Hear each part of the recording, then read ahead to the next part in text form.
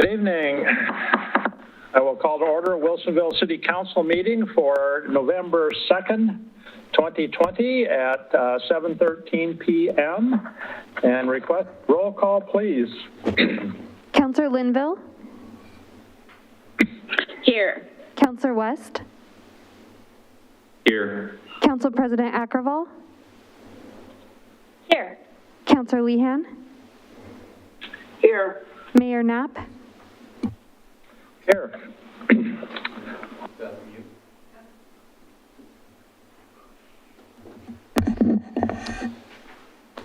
I pledge allegiance to the flag of the United States of America and to the republic for which it stands, one nation, under God, indivisible, with liberty and justice for all.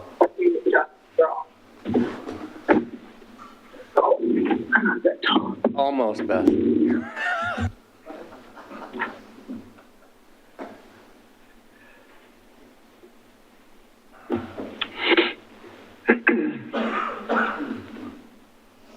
Okay.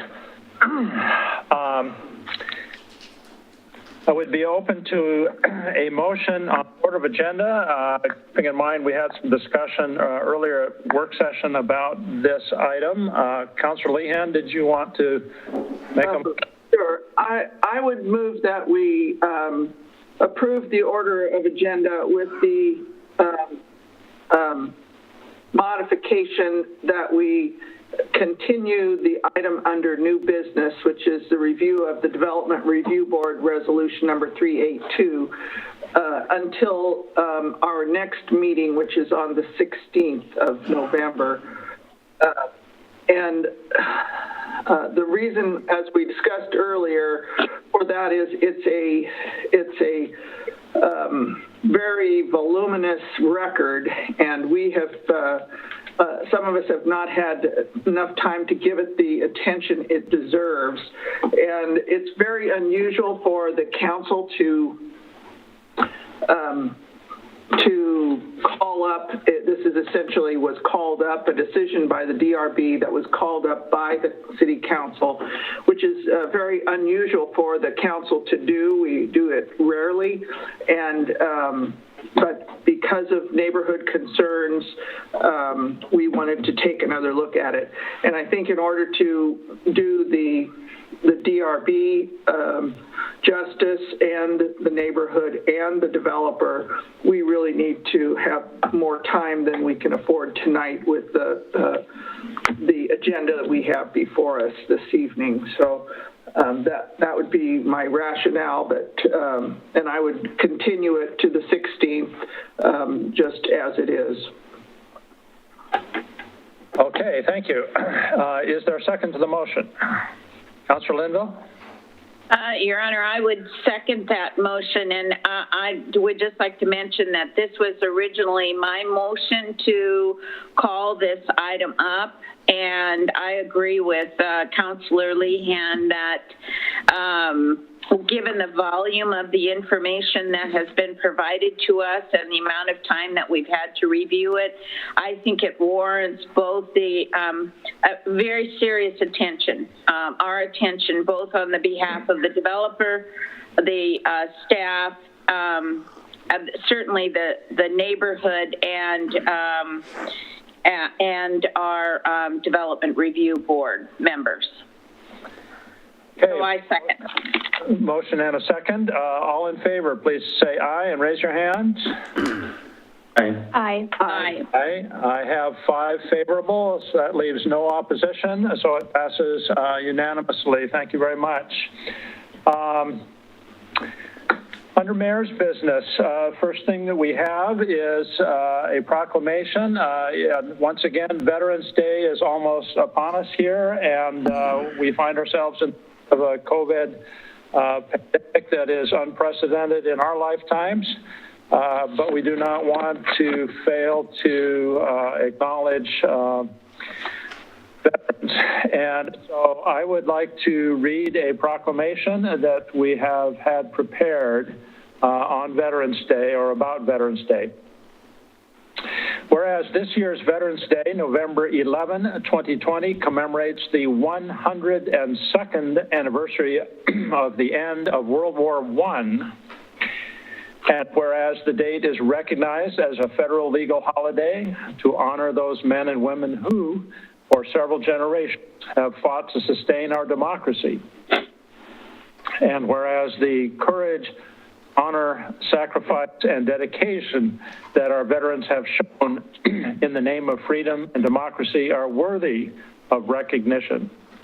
And whereas Americans owe a great debt to the people who have bravely served in defense of this nation, and whereas military service ended in permanent injury or death for many veterans, whose spirit remains in the continued preservation of our freedoms.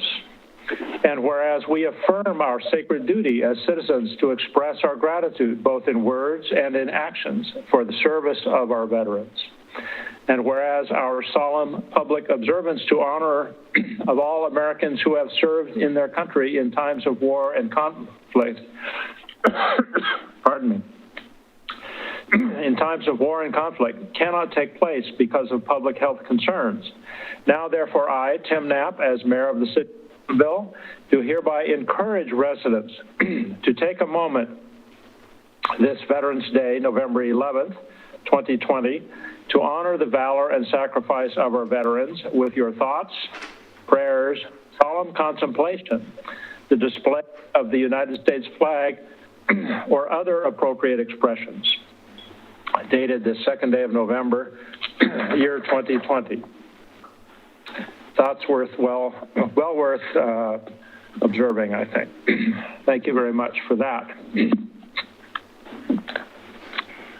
In terms of upcoming meetings, last week of the month is frequently a downtime. We didn't have too much this past week for the mayor, but I did participate in the Greater Portland Economic Development District meeting, which is working on COVID recovery plans for the entire region with a broad array of people from different sectors, and that plan has reached acceptance and will be something that is worked on jointly with Metro and with Greater Portland, Inc. and other entities to implement plans across the region. You'll be hearing more about that. Also attended a Westside Economic Alliance presentation on commercial and industrial real estate, which I thought was very interesting. Gentleman that presented highlighted that they thought Wilsonville, among several other communities, is one that's highly open and available for that type of development. And they spoke with compliments to that fact. So I was pleased to hear that presentation. Upcoming this week, we of course have Election Day tomorrow, which I hope everyone that is listening has cast their ballot, or certainly will by before the end of the day tomorrow. If they have not done so, it certainly is an interesting time in our joint history of our democracy and how things are playing out. It appears that it will be a record-setting turnout for elections, and so we will see how that goes. Later this week, I also have a county mayors and chairs meeting and Clackamas County Coordinating Committee meeting also that will be looking at upcoming needs and things, much of it related to COVID response throughout the county. So that's where I've been putting my focus and intend to the rest of the week. That then will bring us to our communications section, where we have a couple of things scheduled. We have, first of all, Marion County presenters about the Aurora Airport who have asked to come address us, and that we have certainly agreed that we would be happy to listen to their presentation on the topic of the airport. And following that, we will have a presentation by Republic Services on their 2019 annual report. I do request the gentleman on the airport observe about a 15-minute time frame, if you would, so that we can keep our meeting moving along. So I see Mr. Sorum, are you the lead presenter? Good evening. Good evening, Mr. Mayor, councilors. Thank you for the opportunity to speak before you tonight. I do understand, as you indicated, that you have a busy agenda. So we've gone through the wars on the contested land use case, so we could talk for a very long time, but we don't have that tonight. My goals are pretty simple, though. I'd like for those who are not familiar with our project to have some familiarity with it, so they can gain an understanding as to what we're trying to do at the Aurora Airport in our comprehensive plan amendment zone change case, and hopefully garner your support. And if not, at least we'll have a common understanding of what the facts are. So with that, I will go into my presentation. If I can share my screen one moment.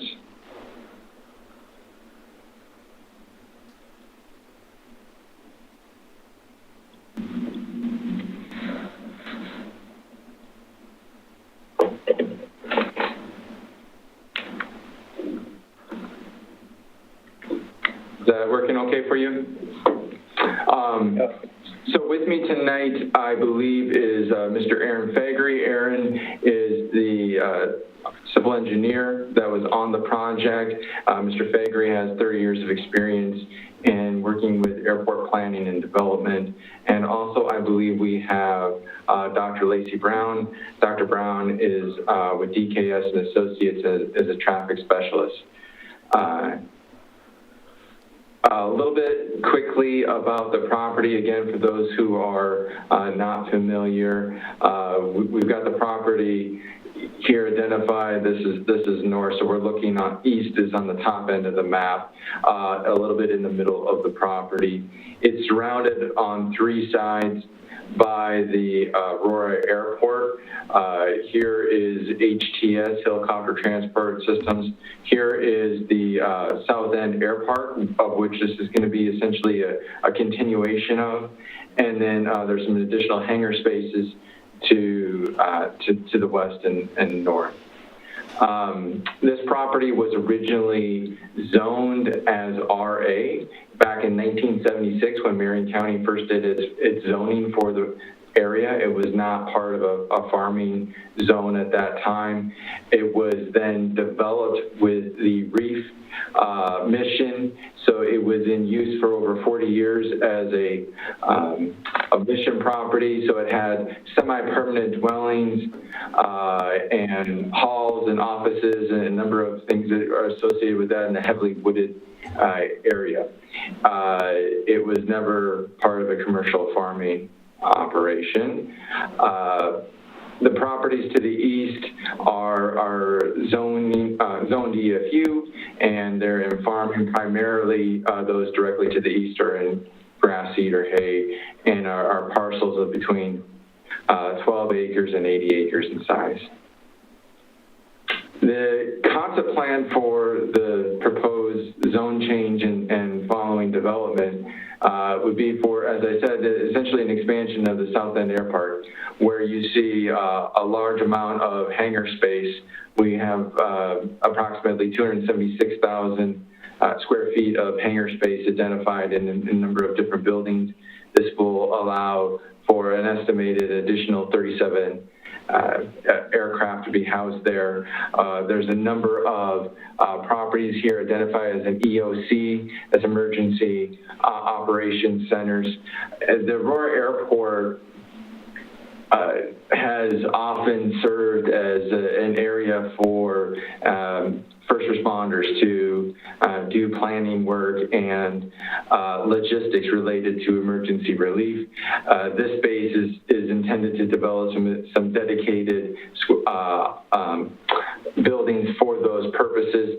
You know, sadly, it's becoming more and more regular, the need for it. Helicopter transport, Columbia Helicopters and others, Wilson Construction, were all involved in the recent wildfires that were, not only in California, but in our neck of the woods just this last September. You'll see, I'll go back quick. A big part of this property that makes it unique is a taxiway. So there's a significant easement here in blue that connects the property to the west. It continues along the north end of the South End Corporate Air Park and the existing hangar space. In here, you'll find companies like the aforementioned Columbia Helicopters, Life Flight, Ericsson, Metal Innovations, which is a company that does fabrication and repairs, fixed base operation, Lennox, which helps deal with customers and pilots as they come in and they need services, and it connects them to those services. There's a number of misconceptions about our proposal that I'm hoping to run through, and then I can open it up to some questions. So the first misconception that I see, not necessarily by anyone here, but kind of in the general public, is that the proposed zone change is going to be harming for the local economy. As I indicated, the subject property has never been in a farming zone.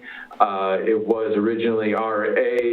Well, no, it now is in EFU following, so it was in EFU, but it was never in a commercial farming operation. So taking it out of that is not going to have an impact on it. There's no changes to public facilities that would necessarily impinge upon the ability of the local farmers to continue to do their operations in the area.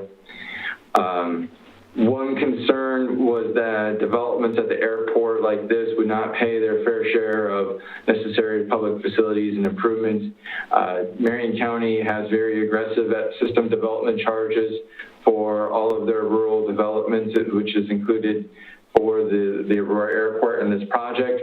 There are significant proportionate share fees that were calculated pursuant to the methodologies approved by both ODOT and the Marion County transportation engineers to try and figure out, well, what was the proportionate share needed to take the facilities that were negatively impacted and get them up to standards.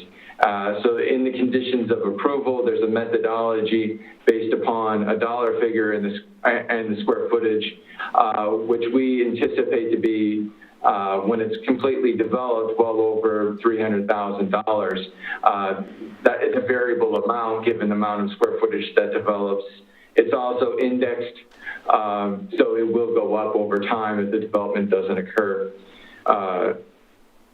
The third issue that we'd like to speak is we believe this project will be, beneficial to Wilsonville, in particular the Wilsonville business community.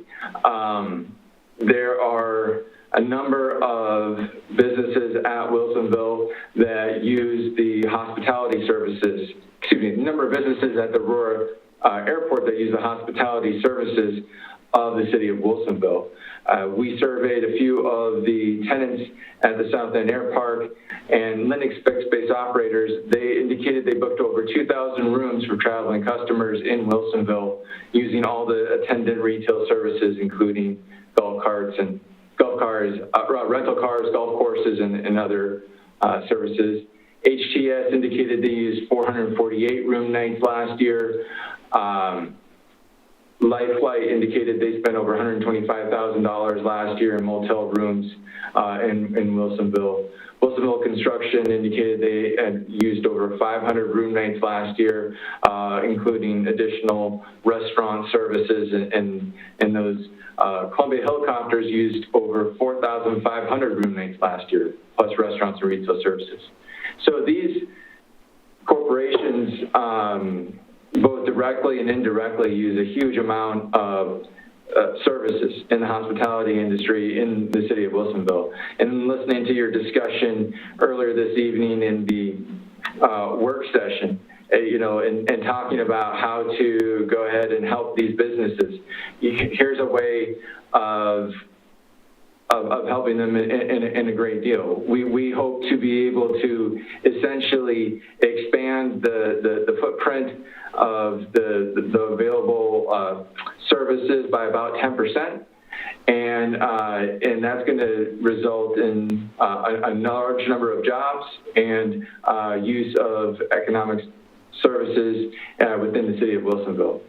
All told, right now, there's about 1,300 people employed at the Aurora Airport, and many of those individuals are residents of Wilsonville. The zone change is not part of the proposed master plan or the previously approved master plan by the Oregon Department of Aviation. It isn't dependent upon a runway extension or anything. It's a result of the fact that the Aurora Airport has been a big success, and there is really no more developable lands within the currently zoned area. So this zone change of 16 acres, which is property surrounded on three sides, is really an infill project. It will meet the current demand. So it's not going to allow any kind of new airport facilities. There's not going to be a new class of aircraft coming in because of this. It's just trying to better serve those customers and businesses that are currently there and using the airport in a more efficient manner. And the last thing I think is just we want to make sure that everybody knows that there's no concerns, even by the city of Wilsonville staff, that there was any violation of any procedural rules. I think we agree to disagree on the weight of the evidence as it pertains to some of the criteria, but we do have a very detailed decision that Marion County ultimately adopted. It was recently published.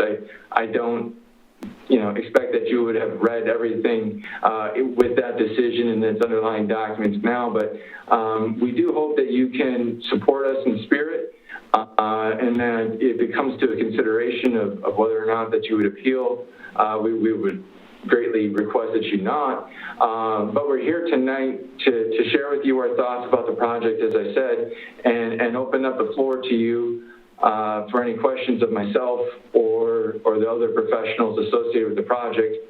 And we appreciate this opportunity. Thank you for listening. Thank you. We don't really have this scheduled to be a debate. I want to avoid that, and we will have to confer and discuss later on. An additional area that I wonder if you want to address is potential for traffic impacts when we already have a Boone Bridge that is going down to 25, 30 miles an hour on a daily basis. When you start talking about thousands of more jobs and more room nights from visitors in Wilsonville, I'm thinking they must get to Wilsonville on surface transportation of some kind. Yeah, I'll speak to that real briefly, but I will kind of defer to Lacey Brown to speak to that in more detail. At a high level, we had a TIA that was reviewed and approved by ODOT, and that took into consideration the significant impacts on the state facilities. So there are significant improvements that are being planned by ODOT for OR 551. As Dr. Brown can explain, the Boone Bridge being part of the traffic system is a few intersections away, and the amount of traffic impacts it, the farther away you get, the more dissipated it is. So while there's a pre-existing delay on the interstate, I think it was evaluated, and I guess we would ask if you are trying to hold our project to a standard like that, would the city consider just asking itself, is that really consistent with how it views other things? For example, you were talking earlier tonight about the Coffee Creek project. And, there's no intersection improvements related to relieving congestion in Coffee Creek, which is hundreds of acres of employment lands that are going to come online. That has a significant impact on the delays of the interstate system. But, you know, there are plans to mitigate on the north end of Wilsonville, so some traffic in there. But, you know, Boone Bridge is a bottleneck. So that is true, but that's a pre-existing condition, and it has to be viewed as such. So when we apply the transportation planning rule, we are also looking at it in context of pre-existing failures and what is a proportionate share obligation under the Constitution to get that up. So there's a lot of variables that go into determining what's an appropriate condition of approval, and we are paying for that impact. We wouldn't say that there isn't any impact on the transportation system, but you know, that's why it was evaluated. That's why we have to pay hundreds of thousands of dollars in proportionate share fees, and that's on top of the system development charges that we'll be paying. And the last thing I would say is, you know, the ODOT facilities in the interstate, I mean, they get paid through income tax. So trying to address regional problems with the interstate system, we need to take into context the relationship with employment grants.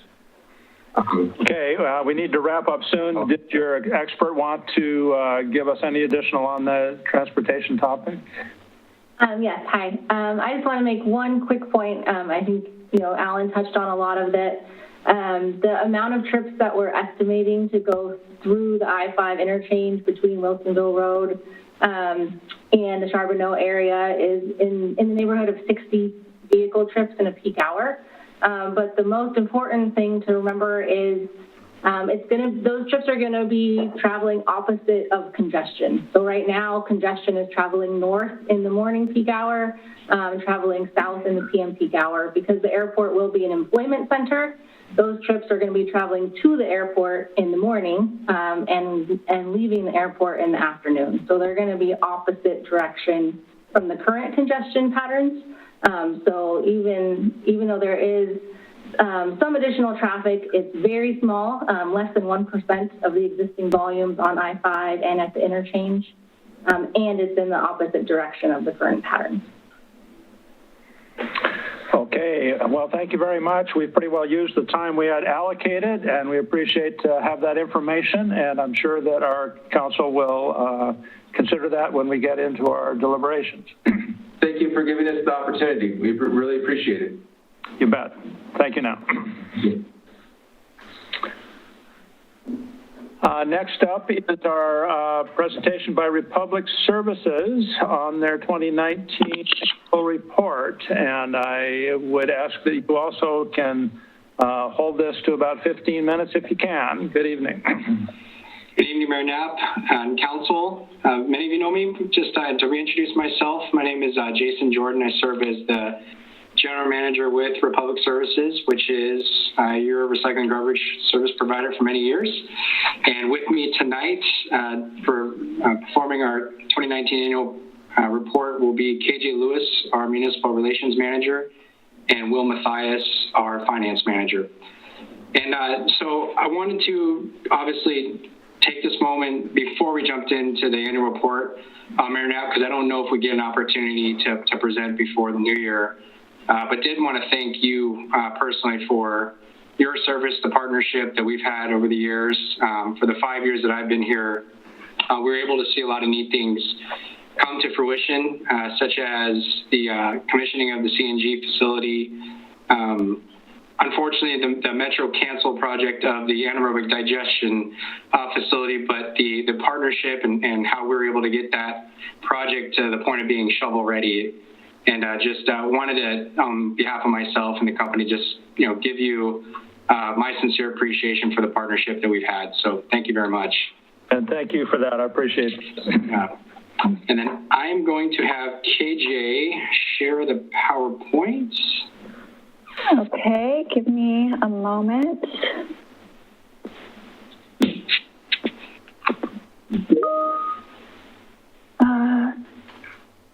And while KJ's pulling that up. Did you just see it? Were you able to see it just a moment ago? No. Okay.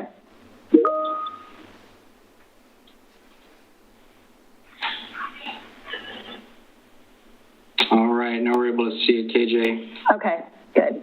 If we can just put it in presentation mode. There we go. Okay.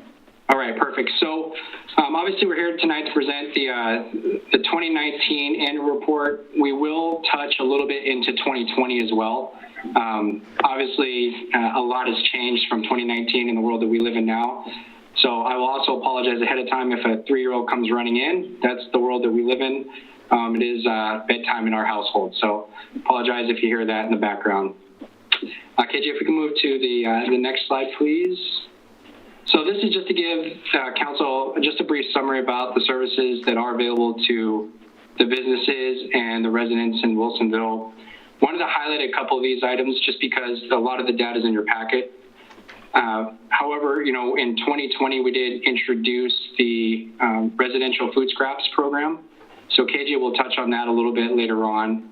And that, you know, we do have the recycling center that through the COVID pandemic, we briefly closed it. We're able to reopen that and operate that from a safe standpoint with proper social distancing and PPE. But I think, you know, just the list alone just gives an idea of the different services that many may not realize that are available to the residents and businesses. I think many just view the garbage and recycling disappears, but there's a lot of other services and opportunities for our communities to partake in what we provide. Okay, next slide, please. So in 2019, we were at the curbs of close to over 5,000 Wilsonville homes each week. And when you look at the customer counts in your packet, those represent about 88% are single-family homes that we provide services to.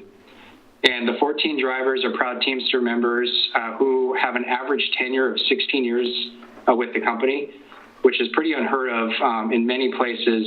And we don't see those years dwindling at all, just based on the commitment our drivers have to the communities. Of those individuals, 4 of them are residents in Wilsonville. So they are able to receive our services and call into customer service when they have issues or reach out to me personally if they have them. But it is neat to see that we were able to not only work in a great environment, but many that live here as well. And then the neat highlight there is if you look at that, we've picked up over 800,000 containers in last year alone. So if we move to the next slide, KJ. So in this slide, there's obviously some detail in the packet, but to highlight a couple things here, we've picked up over 15,000 tons. That's about 43% of the total weight of all the material was garbage. And then about 4% was yard debris. And remember, this is 2019 data. So 2020, we see changing for the yard debris and residential organics since the implementation of the program. And then with the commingle represents about 5.7% of the tons that were collected in 2019. And we are seeing, I know it's been a while since we've been able to give updates on the recycling market, but we have seen that stabilize. I think a little bit of the silver lining, if we can find any in the COVID era, is online shopping has taken off. Packaging is through the roof, and we see more and more of that than we ever have. So it's stabilized the market. It still is a cost structure. We don't see that ever going away, but we have seen that taper off quite a bit. And then with that, I'm going to turn it over to KJ to touch on customer service. Just a quick update on our customer service complaints and calls that we get, and you can see that on the residential side, it's less than 1% of your population. So we're pretty proud of that, actually. Can I move to the next slide? I'm going to have Will is going to take over now, and I'll come back at the end of the presentation. Good evening. I'll make this pretty quick. So for 2019, we finished with a margin of 16.1%. The forecasts that were completed last year had us closer to an 18.4%, but we didn't quite hit the revenue target that was in the forecast, and so that trickled through, and We ended up just a little bit lower at the 16.1. But from what you can see here, 3% increase in revenue and a fairly modest 2% increase in cost of operations, which is pretty consistent with the inflationary costs that we have in our business. KJ, if you can go to the next slide. Okay, and my team is telling me the audio is not great, so I'll try my best to speak up here. So on the next slide, you can see that that same 2% cost of operations increase in the dark blue line at the bottom. But by category, there's a lot of variations. And so as we worked with the city's rate consultant this year, cleaned up the buckets we were reporting some of our cost into. And so some of those items are, there's variations because we reported in a different place this year than we did, or we reported it in a different place in 2019 than we did in 2018. So for instance, truck fuel and repairs didn't actually go down by 2.6%, but we've reclassified some expenses up to labor, health, and taxes for our mechanic labor. And so that's the reason that went up so much, and truck and fuel and repairs actually went down. The one large impact that we really had in our year in 2019 was that we had our compactor down at our WRI transfer station. And for that reason, we had to redirect loads to Metro and to Pride transfer stations. That saved us some money on the disposal cost side, but cost us more in labor. So that was an impact on our year. Okay, go ahead and move it to the next slide, please, KJ. Here you can see a breakdown of a 35-gallon ratepayer and the percentage of where their payment goes to. In here, the largest portion of the payment goes to disposal and recycling. One thing that I just want to point out to Mayor and Council is that Metro there are some expected increases with Metro this coming year that would really have a material impact on that category. So KJ will talk about that a little bit more. But outside of that, everything else pretty reasonable. Our net income of 11% is, that's what we receive after taxes, but then from there, approximately 3% goes to pay for capital and 3% goes to pay for daily operating activities. So roughly 5% left for the shareholders at the end of all of this. With that, I'll turn it back over to KJ. Okay, I'm just going to talk a little bit about our COVID response. Well, I'm going to be talking a lot about our COVID response, but during the pandemic, we leaped into action, I would say, immediately sent home all non-essential workers, keeping the front line working out of WRI, but staggered the times for them when they were launching and citing tailgates outside to maintain social distancing. We, like everybody, like I know the city has, created a systematic disinfecting of all the offices and all of the vehicles. And we instituted a policy to provide an extra 10 days PTO for any employee who's diagnosed with COVID-19 or has to care for a family member who has fallen ill. We also happened to institute 8 weeks paid family leave for new parents, just because it's the right thing to do. We provided reimbursement for copays for any COVID-19 related healthcare costs and temporarily suspended bulky waste pickup, just briefly, and asked customers to bag any extra waste. And that was to improve route efficiency, to make sure that we were getting to all of your constituents' homes and picking up their garbage, really with an emphasis on keeping the workforce running and on time. 2020 has been a year, right? So then when the wildfire came, our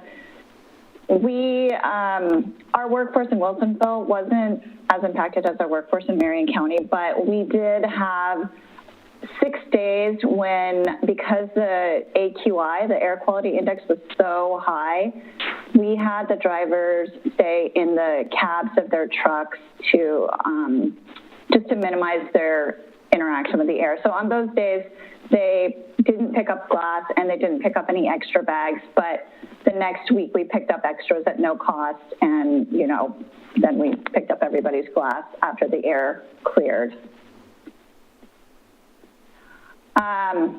Quick update on added services. Again, COVID kind of put the kibosh on a lot of what we intended to do at the beginning of the year, but we did execute 46 senior bulky pickups.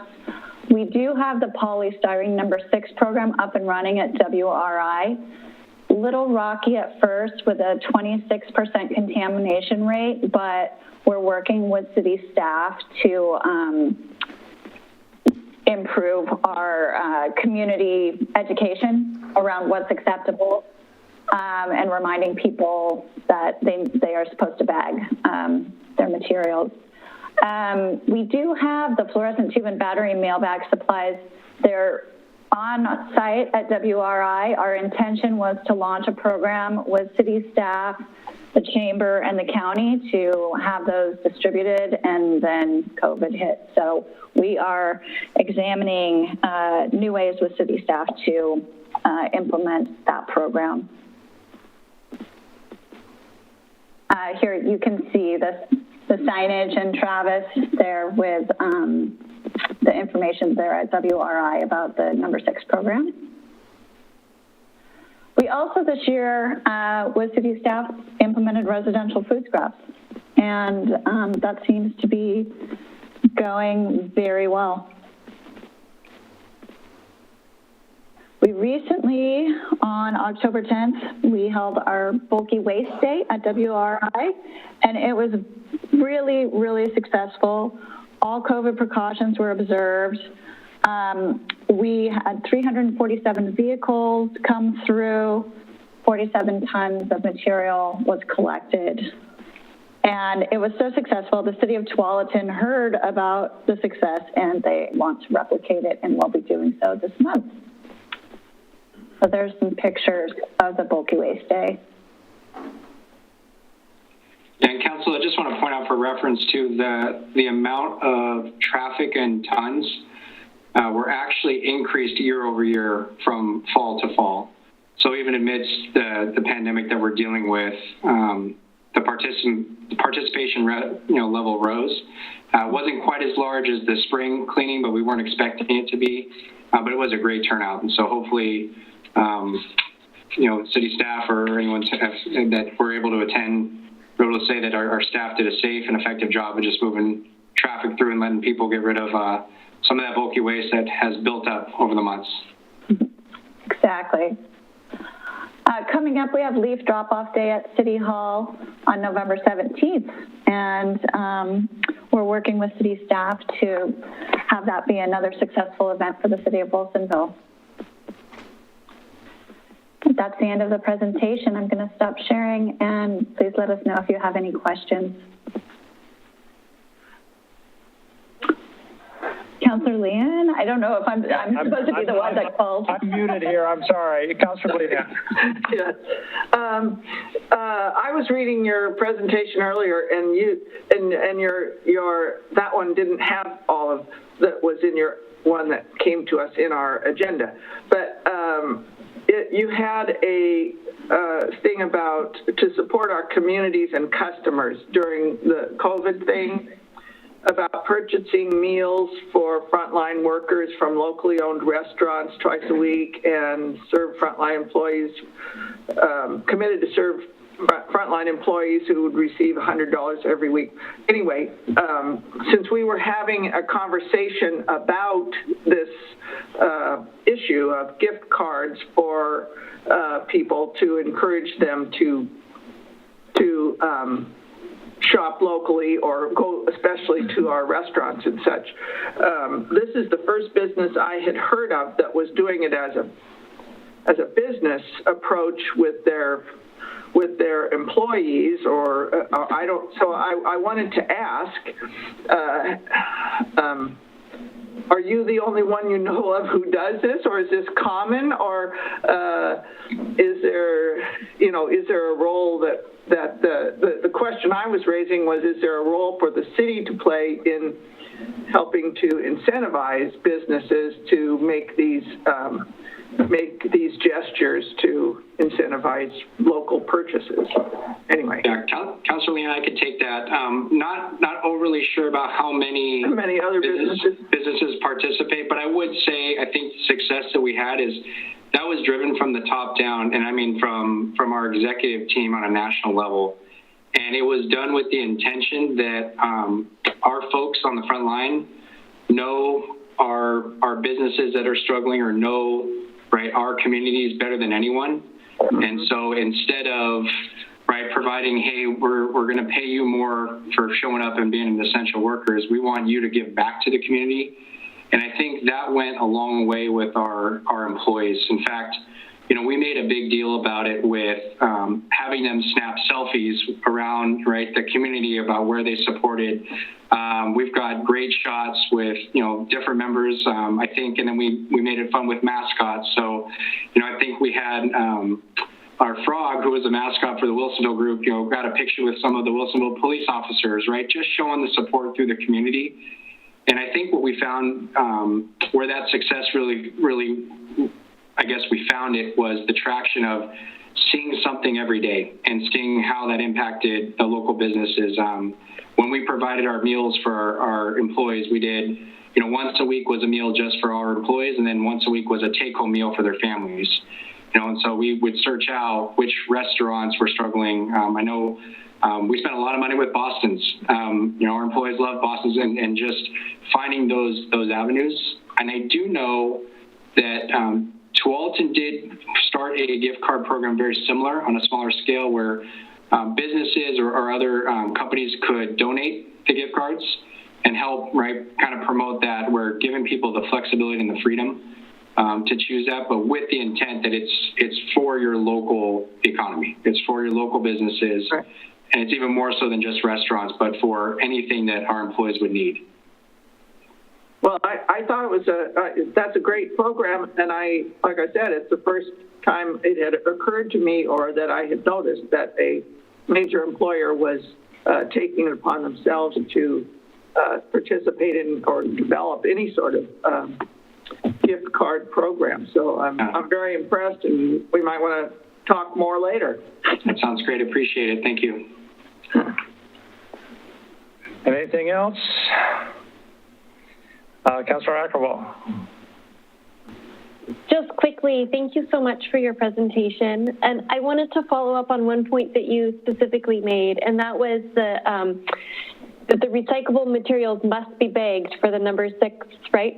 So since we have a little platform here, how do people bag it? What kind of bag? Because of course, 24%, I think you said, had we want to get a better number than that, right? So can you hammer home the specifics here? Thank you. Well, any bag will work. It just needs to be contained because it's such a light material. We don't want it blowing all around. So anything that can be tied, or even, like a paper bag stapled shut or something like that, works. It's just such a light material that it can get easily carried away. Garbage bags? Any kind of bags. Any kind of bags. All right. Thank you. Well, that sounds good. Appreciate your presentation, and I know that staff is working with you. We need to understand the numbers, and that's appropriate. And we're all kind of testing new ground, or maybe new ice as we inch out on the ice, hoping that we can discern what's going on around us before it's too late. And it's all an ongoing challenge, I'm sure. Well, thank you very much. Thank you. All right, next item up is our citizens input and community announcements, which is an opportunity for visitors to address council on things not on the agenda. Also time to address items that are on the agenda but not scheduled for public hearing. Staff and council will make every effort to respond to questions raised during citizens input, either before tonight's meeting ends or as soon as possible thereafter. We do ask you limit your comments to 3 minutes. Are there any members of the public wanting to speak at this time? We don't have anyone there. Nobody there? All right, if that's the case, we will move along then. Next item is our councilor comments, liaison reports, and meeting announcements. And I will ask, first of all, for Council President Ackervall. Thank you. I just wanted to kind of take a moment. You know, we're starting to get in that fall holiday season, and just recently, of course, had Halloween, and I wanted to call out all the terrific efforts of Parks and Rec with their fall or harvest festival activities leading up to Halloween with the virtual costume and door decorations and pumpkin carving and craft kits and hidden pumpkins and the mini activities that were fun. And it was also fun just to see pictures from the community of people celebrating the holiday in a safe way and in creative ways this last weekend. And of course, we have some more holidays coming up. I appreciate the proclamation around Veterans Day and the importance of that holiday and significance there. And I also wanted to call out wish everyone a happy Diwali, which is coming up before our next council meeting as well. Festival of Lights on not this Saturday, but next Saturday. And wanted to call out for the rest of council members too. I reported the last meeting that I would be attending the Home Builders Association, their presentation on the book, The Color of Law, that was presented by the author, Richard Rothstein, and found that presentation to be excellent. And I believe that we all do have access to a recorded video if others are interested. So I wanted to draw attention to that because I found that to be very informative and an important discussion, I think probably especially for a community like Wilsonville that is growing and changing, and housing is an important need in our community. So wanted to draw attention to that. And that is it for me for this week. Thank you. Thank you very much. Councilor Lehan. Yes, I'm going to pass this evening. I feel like I've been chatting away all evening, so I will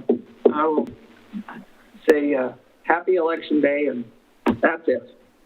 Fair enough. Thank you. Councilor West. Not much to add this week either. Remember to vote. Cannot mail, of course, but the drop box is at City Hall. You can drop your ballot off up until 8 p.m. Not a second later, but please go out and vote. It's important.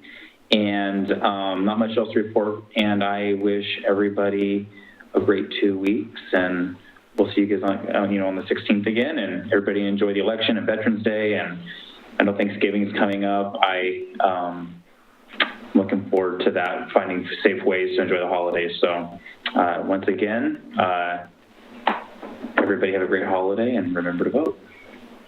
Thank you. And Councilor Linville. Oh, sorry, pushed the wrong button. I just wanted to give a shout out to our veterans and thank them for their service. Unfortunately, as we're in the middle of COVID, we can't do, many of the communities cannot recognize them in ways that they've done before. And I know in Charbonneau they had historically done a breakfast for them, a pancake breakfast, and that won't be able to be done this year. But I just want to send out my thank you to our veterans for their service. And then just a few reminders. By the way, I wanted to mention, as Council President Ackervall mentioned, the book, I wasn't able to attend that session, but I did purchase the book, and I did it as an audio book, and it actually is a very good book, and I would recommend it to my colleagues. And then just a few reminders. On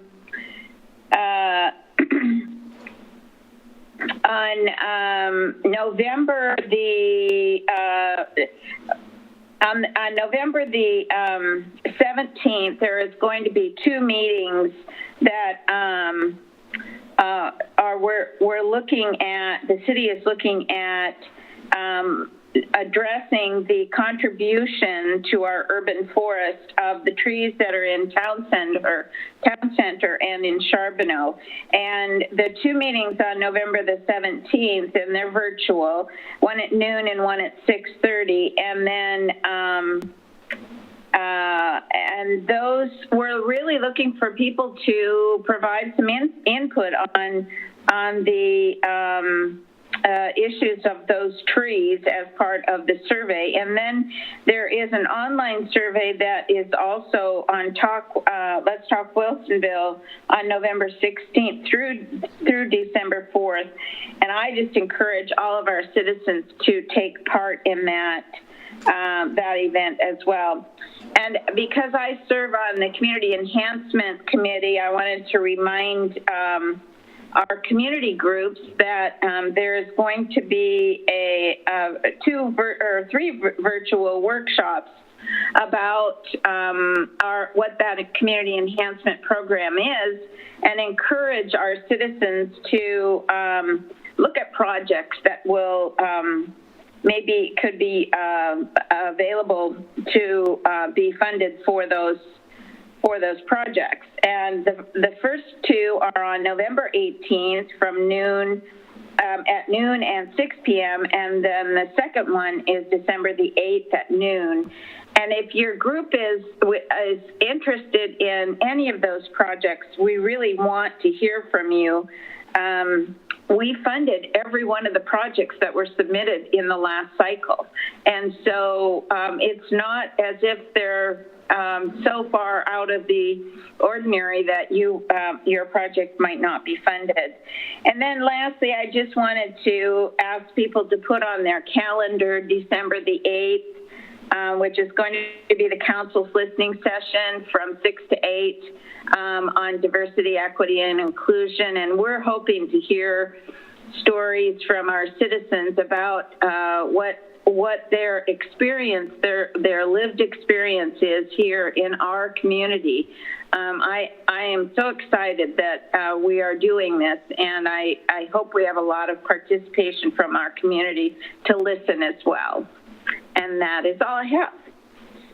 All right, thank you very much. Would encourage the public to check your community calendar on the city website. There are several Parks and Rec events coming up, including fill a stocking for a Wilsonville senior event, and they can tell you about how that works, and also a event on how to learn to build a pollinator-friendly garden. And those are fun things that we can do even in the middle of the pandemic. So let's keep working on that. Thank you all for your reports. Appreciate that. Next item up is the consent agenda. If I could ask for that to be read, please. Minutes of the April 6, 2020 meeting, October 5th, 2020, and October 19, 2020 City Council meetings. Thank you. Is there a motion on consent? Councilor? Lehan. Your Honor, I move to approve the consent agenda as read. Thank you. Second, Councilor Linville? Your Honor, I'll second the motion. Thank you very much. Motion by Councilor Lehan, second by Councilor Linville. All in favor, please say aye and raise your hand. Aye. Aye. I have 5 votes, making it unanimous in favor. Thank you all. Bringing us to what was scheduled for new business. Ms. Jacobson, do we need a separate motion or was our agenda motion sufficient to handle the continuance of this item? I think it's a good idea just to make a motion to continue it, since there may be people that were listening. I think they already did that. I don't think they, did you do a motion earlier? Yeah, Councilor Lehan made a motion. Oh, okay. Seconded by Councilor Linville. All right. Then you're good. So, did you set a date? That was my part of the question, is whether the agenda motion was sufficient or whether it needed its own motion separately. The motion made by Councilor Lehan was to continue to November 16th, this item. Seconded by Councilor Linville and voted affirmatively 5-0. So that's okay then. Yes, sir. So we'll do this item at the next council meeting then. Yes, November 16th. Yes. We have no continuing business listed. Next item then would be our public hearings, of which we have 2. First of all, Resolution 2859. Consent? We do consent, yeah. Resolution number 2859, a resolution of the Wilsonville City Council authorizing the discontinuation of South Metro Area Regional Transit's Charbonneau Shuttle route. This is a public hearing, and therefore I will call to order the, let's see, do I have the right information here?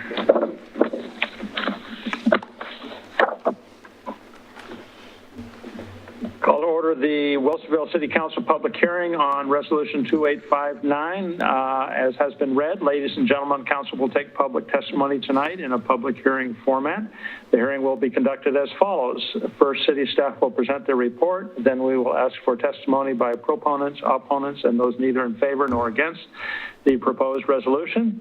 Due to the COVID-19 pandemic and Governor Brown's emergency order, this meeting is being held by Zoom. Information regarding how the public could attend this meeting remotely and give testimony is posted at City Hall and was also timely published in the Wilsonville Spokesman and is also posted on the city's website shown on the screen. I don't see, oh, there it is, okay.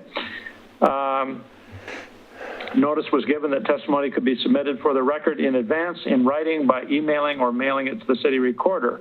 If you are listening to this meeting remotely, when the time for public testimony is called, please use the raise hand feature in Zoom or press *9 on your telephone if you would like to testify. If you prefer and have not already done so, you may also submit written testimony by email at any time before the public hearing is closed by emailing the city recorder at the email address now being shown on the screen. Any testimony sent by email will be read into the record. Please include your name and mailing address for your email testimony. If you are having difficulties with these instructions, you may call the number shown on the screen and enter the webinar ID number shown on the screen when prompted. When called up to testify, please state your full name and address for the record. I request those providing testimony not repeat testimony that has already been given to council. Simply indicating you agree with certain prior testimony is entirely sufficient. Do we have a staff report to start with? We do, Mayor. Good evening, Mr. Mayor, members of the council. I am your transit director, Dwight Brashear. I am joined this evening by Eric Loomis, operations manager for SMART. Some months back, I should say, Eric and I attended a work session where we talked a little bit about the 2 years of the operation of the Charbonneau Shuttle. And at that point, we informed the council that we were going to undertake a process that is very important, a process that is required by the Federal Transit Administration, specifically dealing with Title VI of the Civil Rights Act of 1964, which outlaws discrimination on the basis of color, religion, national origin, gender, and sexual orientation. The FTA requires any time that you are looking at the suspension or elimination of a particular route, there is a very stringent process that the agency must undertake. And so some months back, we approached the council and explained that we were going to undertake that process. So tonight, we are back here to share the findings of our extensive outreach that has changed a little bit because of the pandemic, but still we aggressively pursued outreach on this particular matter. And we think that the results of that outreach and the work that we've done, which Eric will share, leads us to, I think, the conclusion that we were thinking some months back. So with that, I will turn it over to Eric for the presentation. Good evening, Mayor and Council. I just referring to page 124 and 125 of the packet is the Charbonneau Shuttle Discontinuation Plan, and that's just what I'll refer to briefly. And after doing extensive outreach to our customers, to that neighborhood, we put service out there according to what feedback we received. We did the 2-year pilot. We recorded those numbers, and after reviewing the numbers for the route, on page 125 of the packet, you'll see table 1 is a new table that we didn't show when we came to a work session a few weeks back. That table really shows the cost of this shuttle as comparison to our dial-a-ride, and that's our other type of service. It doubles the cost of our dial-a-ride service essentially per passenger. And that's where we show that we can run it more efficiently. We can serve Charbonneau neighborhood more efficiently with our dial-a-ride. So that is something that we are committed to do by discontinuing this shuttle to serve that neighborhood continuously with our demand response system. The one downside to that is they do have to call to make appointments rather than going out to the bus stop and getting a ride. But we're getting some new technology as well, and we're going to work to make that as seamless as possible for those customers there. And so we did outreach for the last 30 days, or put a public notice out for the last 30 days, notifying the public for this meeting. And if approved, if this resolution is approved, we'll give 30 days notice for formal discontinuation of that shuttle and ensure that we continue to serve that neighborhood. Thank you. Council, any questions for staff on the presentation on this Charbonneau shuttle?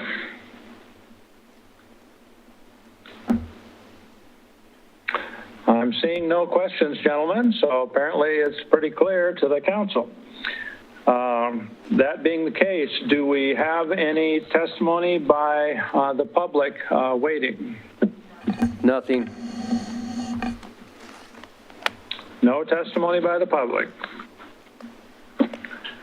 I guess it would be appropriate then for me to close the public hearing and ask the council, what is your pleasure with regard to resolution number 2859 as has been presented? Councilor Linville. Well, Your Honor, I would like to move that we approve resolution, I'm going to get back here, resolution 2859. And I actually, I have asked for feedback from some of the... Let's get a second before we go into discussion, okay. If please. Is there a second to the motion? Councilor Ackervall? Sure, I'll second the motion. Okay, now we can appropriately have discussion here. Thank you very much. Councilor Linville. I have tried to get some feedback, and I think it's been a good 2-year trial. Obviously, the ridership was not as much as I think it was hoped, and I think there are some issues with people getting to the stop. So I appreciate that our SMART system is willing to continue service with Dial-A-Ride, and I think for our citizens that will probably be a satisfactory option. So, okay. Thank you. Other discussion? Councilor Akkervall? Yes, I think the material presented by SMART, I guess I see it as being twofold. First of all, they have presented the data on the use of that route and how that route may or may not best suit the needs and the use of the resources that we have available. And I really appreciate that SMART is continually looking at that information and analyzing and trying to figure out how they can optimize the resources that we do have available to us and figure out how to use it smarter and better. And it seems like this change is definitely in line with that. I also appreciate their care with making sure that the riders are able to transition to have their needs met in a different manner and still have those needs met. So I see that work happening as well. So, that gives me a lot of confidence with the services that we're able to provide our community members because I see both actions happening in this case. Thank you very much. Other discussion?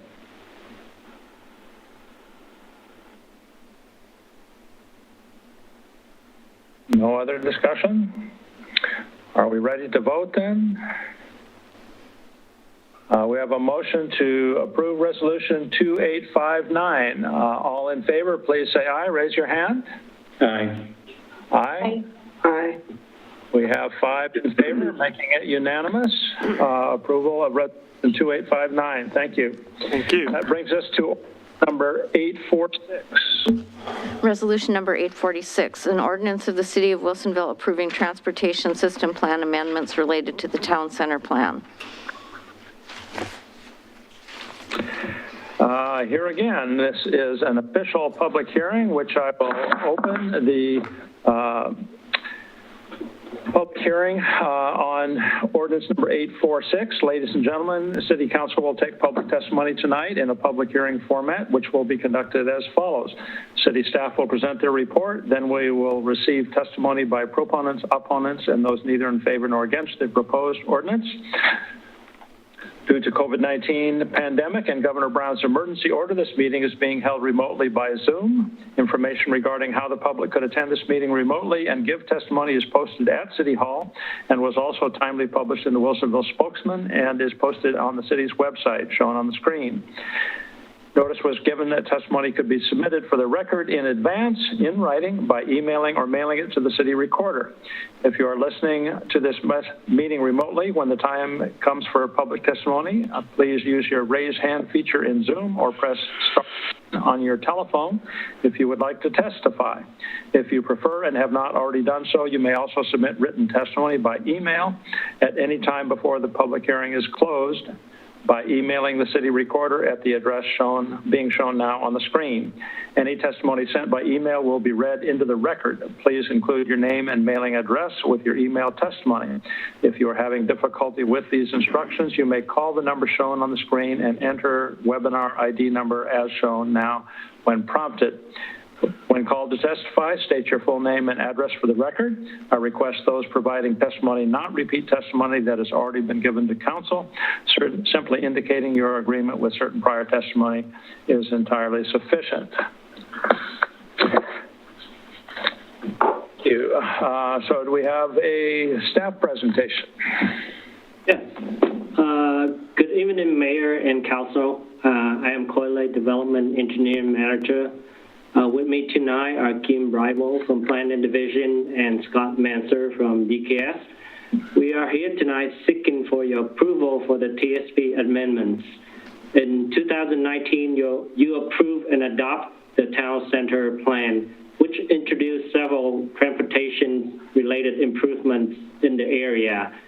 Because of the proposed additional transportation facility, a list of improvement projects were developed. The amendment tonight is to incorporate the list of improvements from the Town Center Plan to the TSP for two main reasons. One is to allow the city to develop a funding strategy to construct the improvements in the future. And second is to allow developments occur in the area, a fundamental plan to follow specifically for the improvement associated with transportation facilities. With that, I would like to introduce Scott Manser from DKS, who will present in detail the amendments to the TSP, who will answer any question that you may have during the presentation as well as at the end of the presentation. Thank you. Thank you, Coy. Thank you, Mayor and City Council. I'd like to walk you through a short presentation, and as Coy mentioned, we'll be available to answer any questions. Just want to make sure you can see my screen okay? Yes. Okay, perfect. So what is a TSP and why does it need amended at this time? And the city's transportation system plan is the city's long-range policy and planning document that evaluates the city's long-term transportation improvements. TSPs are critical to communities, cities, counties, because they're essential to have projects in place, transportation projects in place for federal, state, and regional funding opportunities. The TSPs need to be current with changes in local land use and regional transportation policy. So as your communities or cities change, that's why these TSPs have to be frequently amended. And the last, we amended it as we went through the Frog Pond development, and now with the Town Center Plan and the new transportation improvements required for that, we're amending it at this time. Mayor, did you want to say something? No. Okay, sorry. So this is a summary of the recommended transportation improvements that were identified in the Town Center Plan. The first ones are RE projects. RE stands for roadway extensions. So these are extensions of existing roads or streets.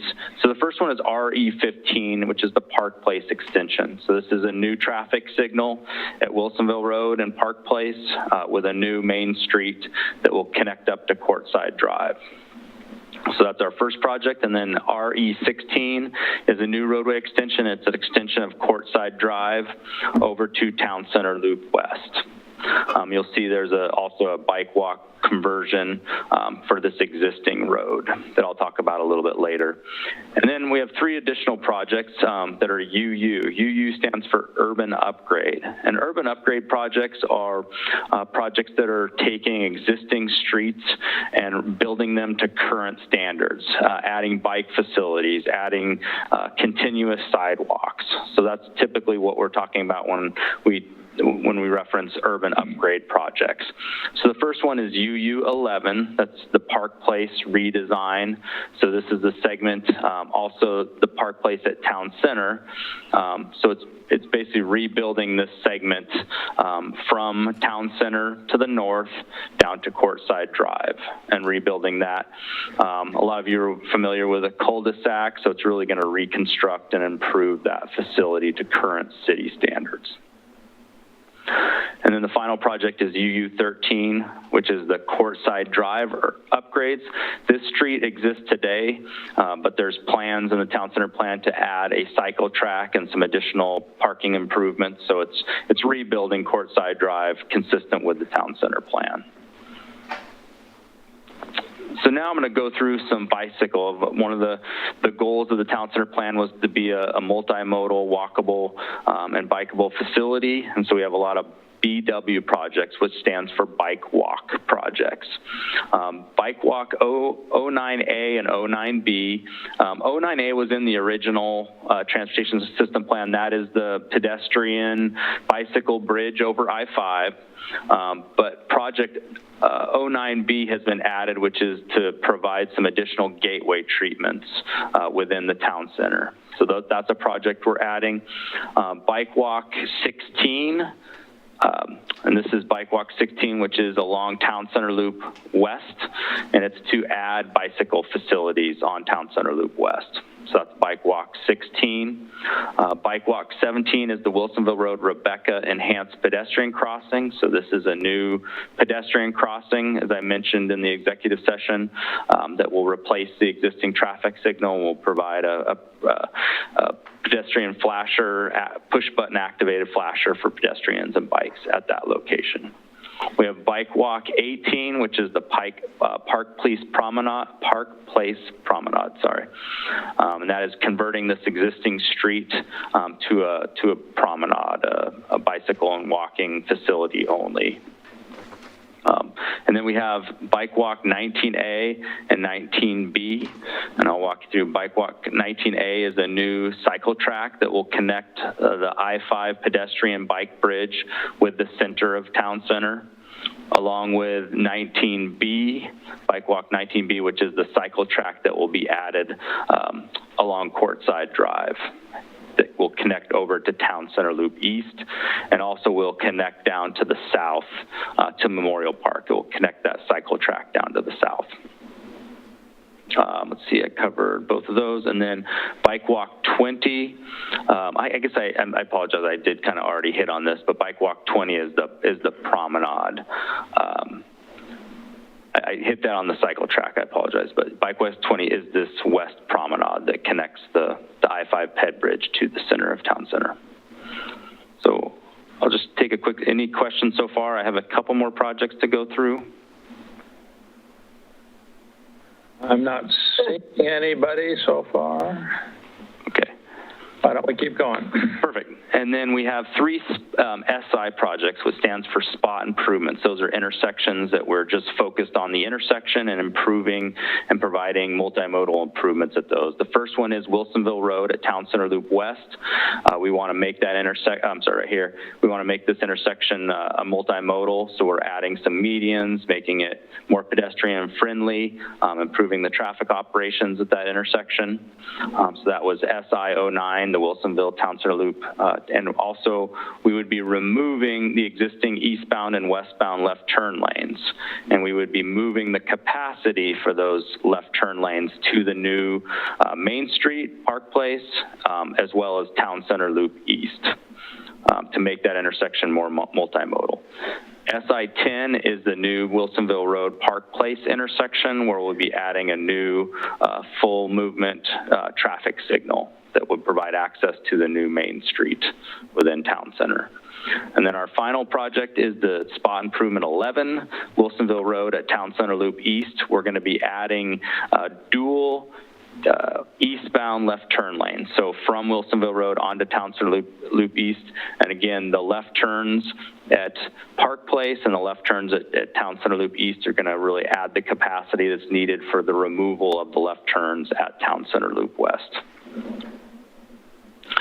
With all of these roadway extensions and urban upgrades, the Town Center plan had a lot of unique cross sections that weren't covered in the original transportation system plan. So we've identified new cross sections that will be implemented into the transportation system plan that can be applied to each of these facilities as they are constructed. So kind of the purpose of this slide is we have an additional 6 cross sections that we're recommending be added to the city's transportation system plan. process that we've gone through. As Coy mentioned in the executive session, we've had some lengthy discussions and documentation back and forth with ODOT, and we received the approval letter from ODOT for their facilities within the I-5 Wilsonville Road interchange. We presented this to the Planning Commission, and back on October 14th received a unanimous adoption of the resolution and a recommendation to the City Council for approval. And that's why we're before you now. And with that, the city's recommending that the city vote to adopt the TSP amendments as presented in the packet. With that, we're available for any questions. All right, good. May I have my counsel back? Thank you very much. Counsel, questions for staff?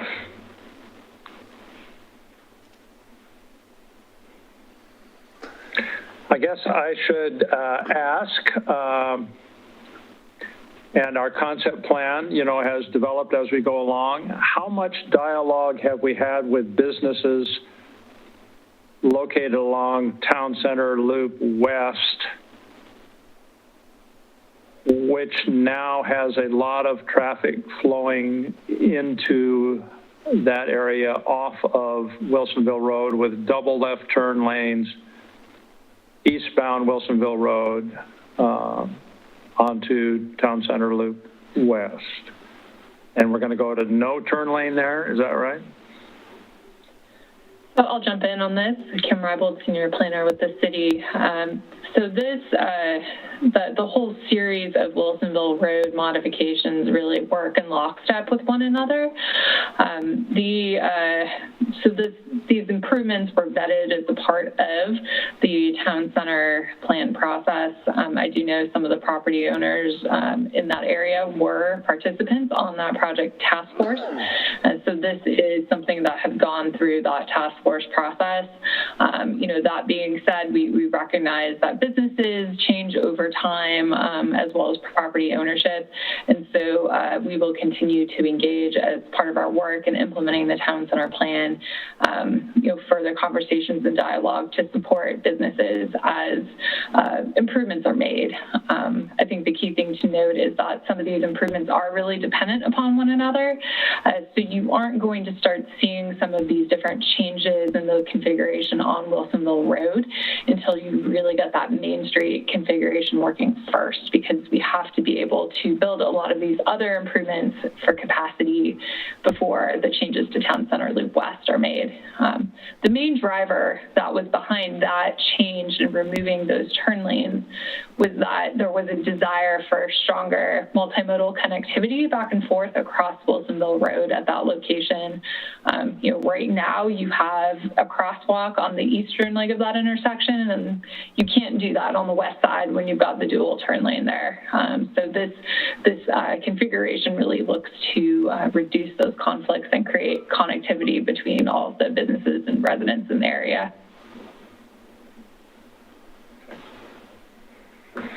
Thank you for that clarification. Appreciate that. I think it's likely to continue to be a sensitive topic that we to be communicating clearly and talking about the broad concepts, not just this one little piece or that one little piece. Councilor Lehan first, then Councilor Linville after. So I know I should know this, but is it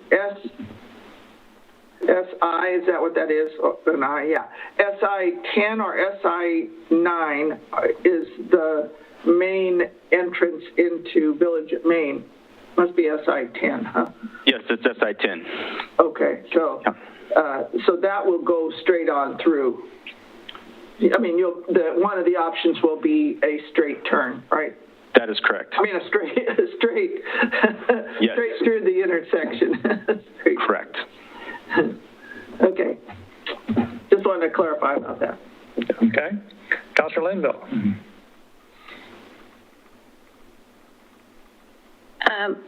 We hear a lot from citizens that are concerned about our traffic. And Wilsonville Road is one of those particular arterials that people get concerned about. And I just had, it's more, I guess, an engineering question. How do you anticipate that these changes will impact traffic during the peak hours on Wilsonville Road, either positively or negatively? So we did a comprehensive analysis, and working with city staff and our land use, we really applied a kind of a worst case scenario of land use assumptions and growth. And we looked at a 20-year evaluation. And as we mentioned earlier, we did a lot of coordination. The ODOT was very concerned with the interchange and the operations and our potential impacts.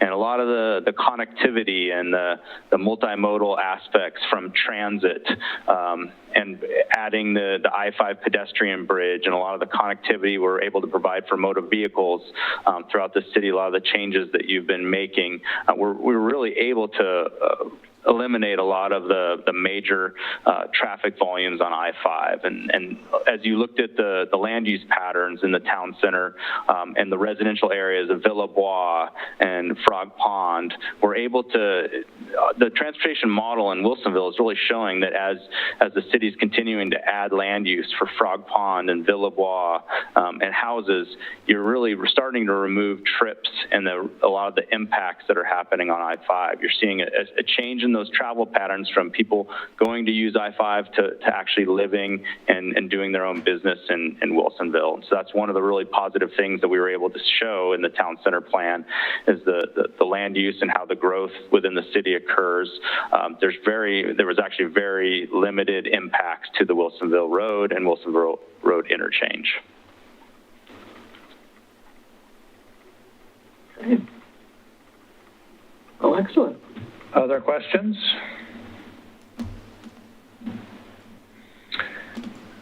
Councilor Ackervall.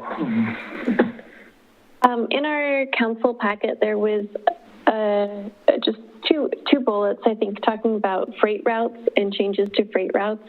I wondered if you could go back to the map and just kind of illustrate what we see happening there in that regard. Yep. Kim, would you be able to share from the packet the freight route plan? I don't believe I'm going to check, see if I have that slide in my deck. Oh, I do have it. So can I share my screen to share that? Yes. Mm-hmm. Okay. All right. All right. All right. So today, Councilor Ackervall, the transit route on the west side of I-5 was to use Town Center Loop West. So as you come off the interstate, or if you're coming from East Wilsonville, was to come up Town Center Loop West to access to the north if you're going to Minter Graphics or other users. And with the removal of the left turn lanes at Town Center Loop West, we're just changing that freight route. So we're extending it, and now we want the freight traffic to actually come to the east and turn left onto Town Center Loop East and access Parkway from that. So we're basically eliminating the existing freight route on Town Center Loop West and moving it to Town Center Loop East. So we also, during the original TSP, we had heard a lot from the neighbors that they didn't like freight using Wilsonville Road next to the high school and in that residential area, and this was that preferred route. So we're keeping the freight out of the neighborhood and moving it to Town Center Loop East. Okay, and that's, I guess that change in traffic flow is really kind of motivated then by having the left turn limitation? Correct. Yes, because the dual lefts today are at Town Center Loop West, and we're making that a multimodal. We're moving the traffic further from the interchange, which is one of the things that we had to prove to ODOT that we were actually going to make the interchange operate the same or better than it was. So we've moved that traffic to Town Center Loop East, and we'll have dual left turn lanes at Town Center Loop East. Okay, because that segment on the Town Center Loop West is pretty busy, right? So. Yes. trying to spread out some of that traffic then on Town Center East that is just going to continue on north. That's the general idea? Correct. Okay. Thanks for the clarification. Yes. Mr. Mansour, we are familiar with that intersection at, what is it, Parkway and Town Center Loop at the top of the circle there. If you round from Town Center Loop east and hit that at the top up there, that's a very tight right turn. Are we thinking how semis make that turn? For the left turn, I'm sorry, the right turn from Town Center Loop right east turn, yeah, Parkway. Right turn. And there's a bank, or I think it's a bank on that corner, so it's pretty tight. Yeah, and Mayor, as design moves forward, that would be a kind of a design related, looking at turn templates and making sure, and the radius may need to be modified to make that movement. Okay, we got time to do that. Yes. Yeah. Council, other questions? If I could ask you to remove the map so I can see my people. Yes, sorry. I'll stop. There you go. Thank you. Any other questions?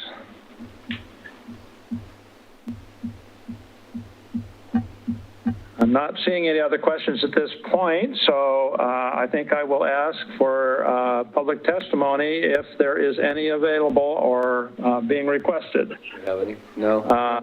No public testimony, Mayor. No public testimony. All right. If that's the case, I'm going to close the public hearing and ask council, what is your pleasure with regard to ordinance number 846 on first reading? Your Honor, I move that we adopt ordinance number 846 on first reading. Thank you. Motion by Councilor Lehan. Is there a second? Second. Councilor West, seconds. Thank you very much. Is there discussion at this point? I would just say that I'm really excited about this. A lot of these changes are different.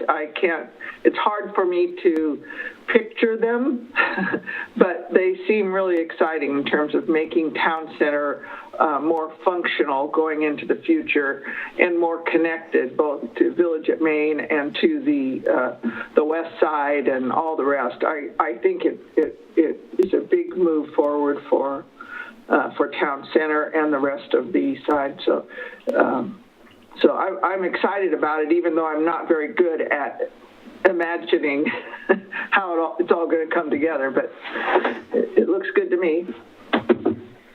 Thank you. Other comments? I just would like to say that the idea of can we rebuild Town Center into something that has a different ambiance and a different functionality than it has had has been something that we've been working on for quite a while. And it is challenging. It's hard to imagine what all that might mean, but the transportation changes are just one piece of the whole concept of how our whole Town Center might be transformed into being a more people-friendly, human-scale kind of a layout where we will have many types of activity going on, social activity, commercial activity, transportation activity, people living there, businesses that find ways to tap into that energy. I am hopeful that this idea that we have been pushing forward will in fact be something that comes to pass. We've got to be willing to make changes and to take it step by step and not be fearful that we don't completely know every single detail until we get a little farther down the road in the process. In some ways, it will be an iterative process, and I think it's an exciting potential for the future of our community. Will potentially be an attraction that both residents and non-residents find to be a place where they want to come and experience and be a part of. I think that can only be beneficial for our community and for our businesses, business community, as well as our residential community. So I'm excited to see this happen. I think it is a commitment, and we need to understand it within that context. Is there anyone else who would like to speak on this?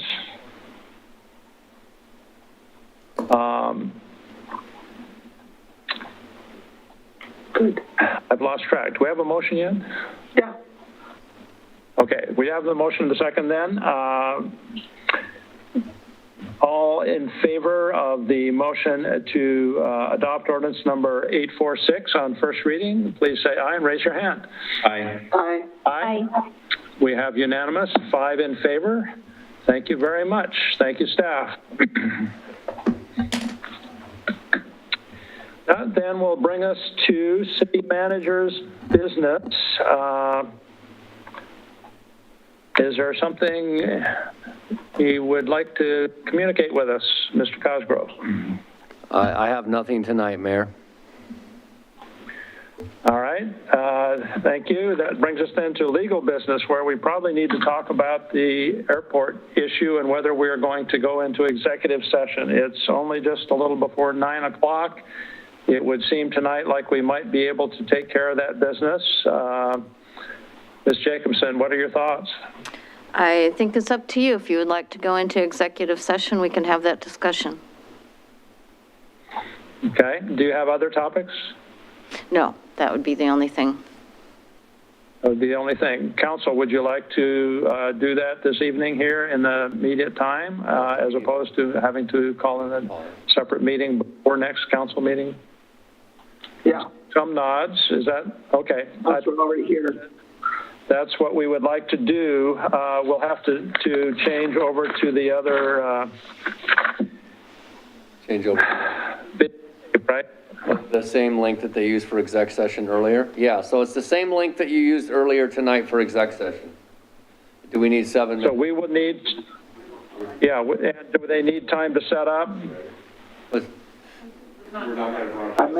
No, it's not broadcast, it's exec session. And we're not coming back to a city council meeting. We are not coming back to the city council meeting. This is the end. Okay, then we're done. So we just unplug this, give them like, what, 2 minutes? Yeah, 2 minutes for them to log into there, and then we're done with the TV center. Okay, so if you want to adjourn this meeting, Mayor, and then when you all come back in 2 minutes, we'll do the exec session, and that will be it for the evening. All right, sounds good. So I will call City Council meeting adjourned at 8:54 p.m. And if everyone would please call back in on the exec session link here in just a minute or two, we will do the executive session topic. Thank you. Goodbye.